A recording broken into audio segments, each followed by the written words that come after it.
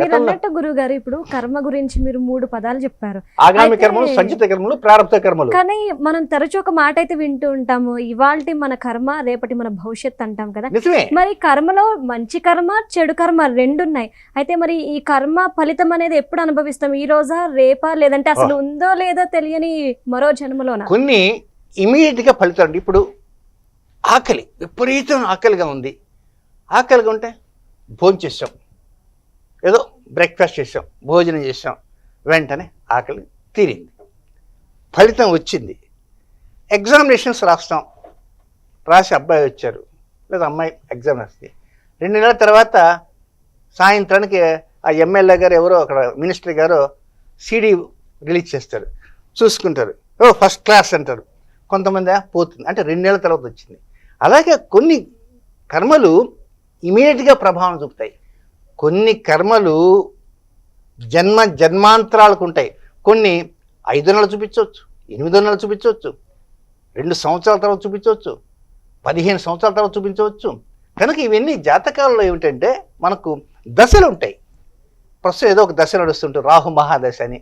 రాహు దశలో రాహువు, రాహు దశలో గురువు, రాహువులో శని, రాహువులో బుధుడు, రాహువులో కేతువు, రాహువులో శుక్రుడు, ఇలా అంతర్దశలుగా ఉంటాయి. కనుక మన జాతకంలో ఎలాంటి స్థితిగతులు ఉన్నాయో మన అసలు జాతకం ఎక్కడ ఉందండి అనుకోవచ్చు. అసలు జాతకం అంటే మనం గత జన్మలో జాతకం, అది ఎప్పుడు పుట్టానో ఏమిటో ఎవరికి తెలుసు అనుకోవచ్చు. మన జాతకంలోనే డీకోడ్ చేస్తే, మన జాతకంలో డీకోడ్ చేస్తే ఆ జాతకం బయటపడుతుంది. ఆ జాతకంలో ఎవరు ఏమిటి, నువ్వు అమ్మాయివా అబ్బాయివా, అసలు ఎంతవరకు చదువుకున్నావు, పండితుడివా పామరువా, డాన్సర్వా, యాంకర్వా, అప్పుడు యాంకర్లు ఉన్నారు, రకరకాలు తెలుసుకోవచ్చు. యాజ్ ఫర్ కన్సర్న్ మైసెల్ఫ్, నాకు తెలిసిన వరకు నేను గోదావరి జిల్లాలో, సహజంగా ఎవరు నమ్మరు ఇది, ఎన్నోసార్లు చెబుతుంటా, గోదావరి జిల్లాలో ఒక చేపలు పట్టేటువంటి వ్యక్తికి నేను జన్మించాను. నేను 45 సంవత్సరాలకి ఫీల్డ్లోకి వచ్చాను. నేను మొట్టమొదటి నుంచి నాకు చదువు మీద పెద్ద ఇంట్రెస్ట్ లేదు, డిగ్రీలు పోయి ఎంఏలు ఎంకామ్లు అయినా చదువుకొని ఉద్యోగం చేద్దాం లేదు, నేను దీని మీదనే స్థిరపడాలి. కనుక నా 15 ఏట నుంచే దీని మీద నేను మోజు చూపడం జరిగింది. కానీ నా గత జన్మ ఇది, ఆ విధంగా తెలుసుకున్నాను. మొట్టమొదటి మా అమ్మ నాన్నలు నవ్వారు, మా అన్నయ్య నవ్వారు, నాకు పిల్లనిచ్చిన మామగారు కూడా నవ్వారు. నాకు ఉద్యోగం సజ్జం ఏమి లేకపోయినా పిల్లనిచ్చారు, ఆయన ఒక మండల రెవెన్యూ ఆఫీస్ ఎంఆర్ఓ గారు. మా నాన్నగారు పేద కరణం, ఏంట్రా ఈ జన్మేంటి, పాత జన్మేంటి, అదే నువ్వేం గోదావరి జిల్లాలో పుట్టొచ్చు, అసలు రాజమండ్రి వెళ్ళటానికి దారి కూడా నీకు తెలియదే. నేను అక్కడ జరిగింది ఇక్కడ జరిగిందని. ఇవన్నీ ఏమిటి అంటే గత జన్మల గురించినటువంటి కొన్ని ప్రూఫ్స్ కూడా ఈ మధ్యకాలంలోనే ఒక చిన్నారి, మీకు తెలుసో లేదో, నాకు దమే పెద్ద న్యూస్ కూడా వచ్చింది.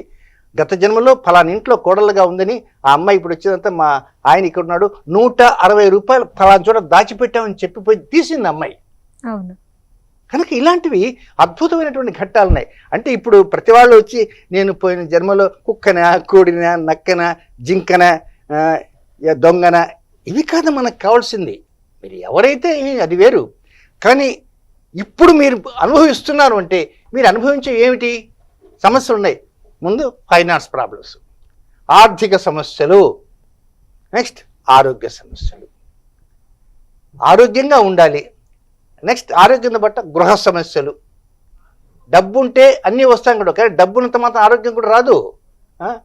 సంతానం లేకపోవటాలు, వివాహం కాకపోవటాలు, వివాహం అయితే భార్యాభర్తలు అనుకూలత లేకపోవటాలు, దీనికి తోడు ఉద్యోగం చేద్దామంటే ఉద్యోగం రాకపోవటము, ఉద్యోగానికి ఏదైనా ఒకవేళ వచ్చినా మాట్లాడదామా, ఇట్లా ఉంటుంటాయి. చెప్తలే.